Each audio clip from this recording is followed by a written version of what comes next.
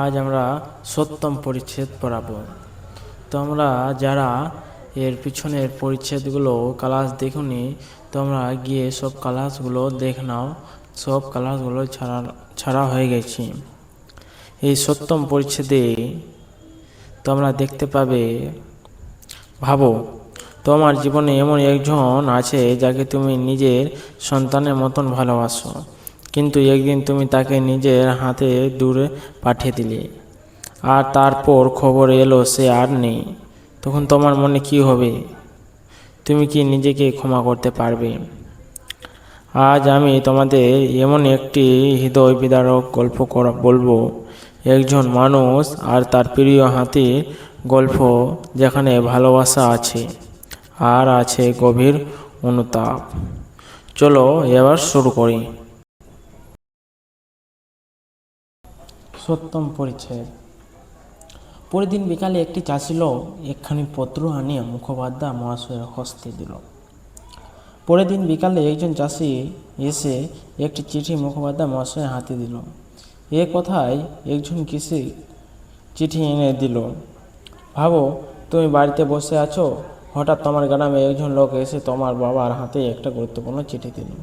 হয়তো সেটা কারো খবর বা কোনো দরকারি তথ্য। ঠিক তেমনি এখানে একজন চাষি চিঠি এনে দিল। এই লাইন থেকে এমসিকিউ প্রশ্ন আসতে পারে যে চাষি লোকটি কি এনেছিল? তোমরা বলবে পত্র।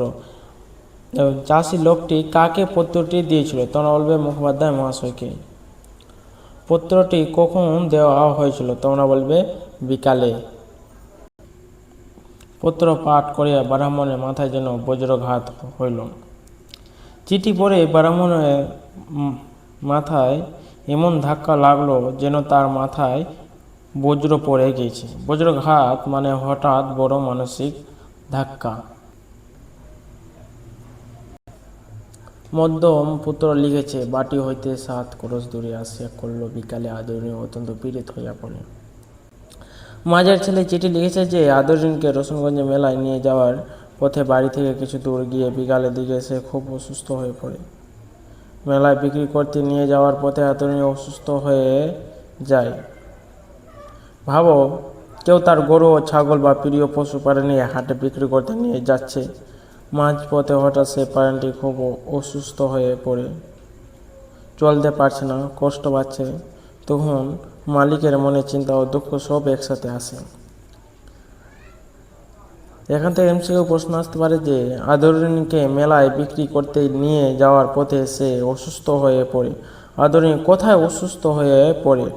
তোমরা বলবে বাড়ি থেকে কয়েক ক্রোশ দূরে। সে আর পথে চলতে পারে না। এক কথায় সে এতটাই দুর্বল, অসুস্থ যে আর চলতেই পারছে না। রাস্তার পাশে একটা আম বাগানে শুইয়া পড়েছে। মানে হাতিটি যে রাস্তা দিয়ে যাচ্ছিল, সে রাস্তার পাশে একটি আম বাগানের মধ্যে সে শুয়ে পড়েছে। তার পেটে বোধহয় কোনো বেদনা হয়েছে। সুরটি উঠিয়া মাঝে মাঝে কাতর স্বরে আর্তনাদ করিয়া উঠতেছে। ভাবো, একটি গরু প্রিয় প্রাণী হাটে নিয়ে যাওয়ার পথে হঠাৎ পেটে তীব্র ব্যথা কষ্ট পেতে শুরু করলো। সে কথা বলতে পারে না, কিন্তু হুঁ হুঁ বা কাতর শব্দ করে বোঝাচ্ছে যে তার খুব কষ্ট হচ্ছে। মাহুত যথাবিদ্যা সমস্ত রাত্রি চিকিৎসা করিয়েছে, কিন্তু কোনো ফল হয় নাই। বোধহয় আদরণী আর বাঁচবে না। সমস্ত রাত্রি চিকিৎসা করিয়েছেন মানে সারা রাত ধরে চিকিৎসা করানো হয়েছে, কিন্তু কোনো ফল হয় নাই, মানে কোনো উন্নতি বা ভালো ফল পাওয়া যায়নি। বোধহয় আদর আর বাঁচবে না। যদি মরিয়া যায় তবে তাহার সব দেহ পরথিত করিবার জন্য নিকটে একটু জমি বন্দোবস্ত লইতে হবে। যদি মরে যায়, তার মৃতদেহ পরথিত করিবার জন্য, অর্থাৎ মাটিতে পুঁতে রাখার জন্য নিকটে একটি জমি অর্থাৎ কাছাকাছি কিছু জমি ব্যবস্থা করিতে হবে। যদি সে মারা যায় তাহলে আর মৃতদেহ সমাধিস্থ করার জন্য কাছাকাছি একটু জমির ব্যবস্থা করতে হবে। যদি সে মারা যায় তাহলে তার মৃতদেহ পুরোহিত মানে মাটিতে পুঁতে রাখার জন্য কাছাকাছি একটু জমির ব্যবস্থা করিতে হবে। সুতরাং কর্তা মহাশয়ের অবলম্বনে আসা আবশ্যক। কর্তা অবলম্বনে কথাটি সরাসরি একটু অস্বাভাবিক শোনায়। সম্ভবত আসল ভাবটা হলো কর্তার উপর অবলম্বন করা, মানে কর্তার উপর নির্ভর করা। তাই কর্তার উপর নির্ভর করা বা তার সাহায্য নেওয়া জরুরি। বাড়ির মধ্যে গিয়া উঠানে পাগলের মতন পায়চারি করতে করতে বৃদ্ধ বলিতে লাগিল, আমার গাড়ির বন্দোবস্ত করে দাও। বাড়ির ভিতরে গিয়ে উঠানে অস্থিরভাবে হাঁটাহাঁটি করতে করতে বৃদ্ধ বলিতে লাগল, আমার জন্য একটা গাড়ির ব্যবস্থা করে দাও। মানে উদ্বিগ্ন বৃদ্ধ উঠানে হাঁটাহাঁটি করতে করতে গাড়ির ব্যবস্থা করতে বলেন, ভাবো তো, তোমার বাড়িতে জরুরি কিছু হয়েছে, সবাই দৌড়াদৌড়ি করছে, তখনই একজন বড় মানুষ স্থির হয়ে শুধু একটা কথাই বলছে, গাড়ির ব্যবস্থা করো। এই অবস্থাটাই এই লাইনে দেখানো হয়েছে। আমি এখনই বেরিয়ে পড়ব। ধরো বাড়িতে হঠাৎ জরুরি অবস্থা, যেমন কেউ অসুস্থ, তখন একজন বলছে, আমি এখনই বেরাবো, গাড়ি নিয়ে আসো। আদরে অসুখ যন্ত্রণায় সে ছটফট করছে। আদর অসুখের যন্ত্রণায় খুব কষ্ট পাচ্ছে এবং অস্থির হয়ে ছটফট করছে। সে ব্যথায় এদিকে ওদিকে নড়ছে, শান্ত থাকতে পারছে না। তুমি দেখছো সেই কষ্টই ছটফট করছে। ঠিক এই অবস্থাটাই এই লাইনে বোঝানো হয়েছে। আমাকে না দেখতে পেলে সে সুস্থ হবে না। সে যদি আমাকে দেখতে না পায় তাহলে তার সুস্থ হওয়া সম্ভব নয়। মালিক জয়রাম মোক্তারের প্রতি গভীর স্নেহ নির্ভরতার কারণে হাতিটি তাকে না দেখলেও সুস্থ হতে পারবে না।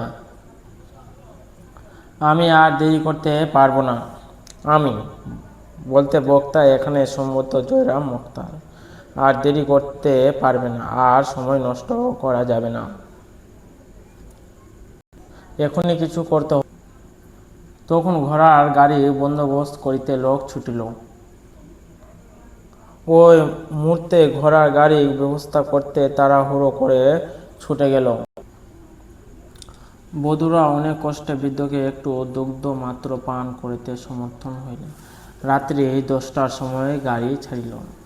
এখান থেকে এই লাইন থেকে এমসিকিউ প্রশ্ন আসতে পারে যে জয়রাম মোক্তার তার হাতির কাছে কখন রওনা দিয়েছিল দেখার জন্য। তারা বলবে রাত্রি 10টার সময়।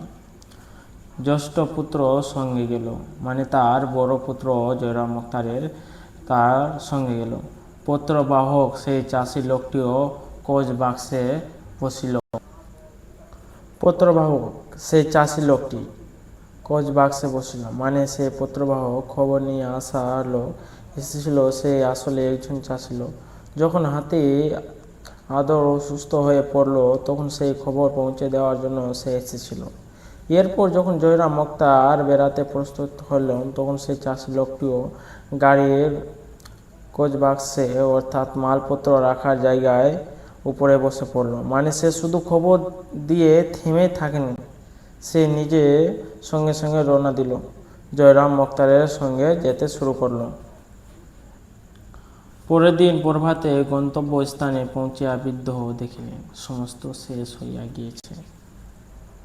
আগের দিন রাত্রে জয়রাম মোক্তার তাড়াহুড়ো করে গাড়িতে রওনা দিল, সঙ্গে চাষি লোক ও পত্রবাহক গেলেন।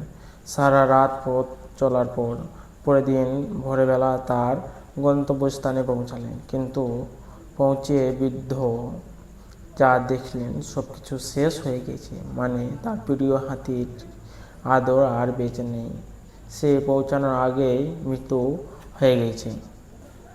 আদরিনী সেই নবজলধর বর্ণ বিশাল দেহখানি আম্রবনের ভিতরে পতিত রহিয়াছে, তাহা আজ নিশ্চল নিস্পন্দ।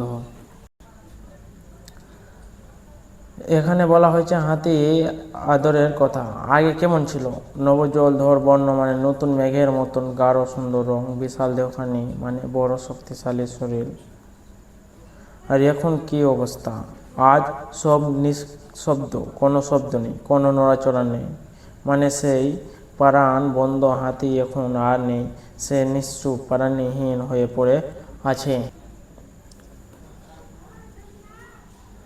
বৃদ্ধ ছুটিয়া গিয়া হস্তিনীর সব দেহ নিকট লুটিয়া পড়িয়া তাহার মুখের নিকট মুখ রাখিয়া কাঁদিতে কাঁদিতে বারংবার বলিতে লাগলেন, অভিমান করে চলে গেলি মা। তার প্রিয় হাতি আদর আর নেই, আর নিজেকে সামলাতে পারলেন না, হাতির কাছে গিয়ে লুটিয়ে পড়লেন জয়রাম মোক্তার। তারপর তার মুখের কাছে মুখ নিয়ে কাঁদতে কাঁদতে বলিতে লাগলেন, অভিমান করে চলে গেলি মা, মানে তিনি হাতিটিকে নিজের সন্তানের মতোই ভাবত। তোকে বিক্রি করতে পাঠিয়েছিলাম বলে তুই অভিমান করে চলে গেলি। মেলায় বিক্রি করার জন্য পাঠিয়েছিলেন, কিন্তু হাতিটি খুব অসুস্থ হয়ে পড়ে শেষে মারা যায়। তখন জয়রাম মোক্তার দুঃখে ভেঙে পড়ে মনে করতে লাগলেন, আমি তোকে বিক্রি করতে পাঠিয়েছিলাম, তাই তুই অভিমান করে আমাকে ছেড়ে চলে গেলি। ইহার পর 2 মাস মাত্র মুখোপাধ্যায় মহাশয় জীবিত ছিলেন।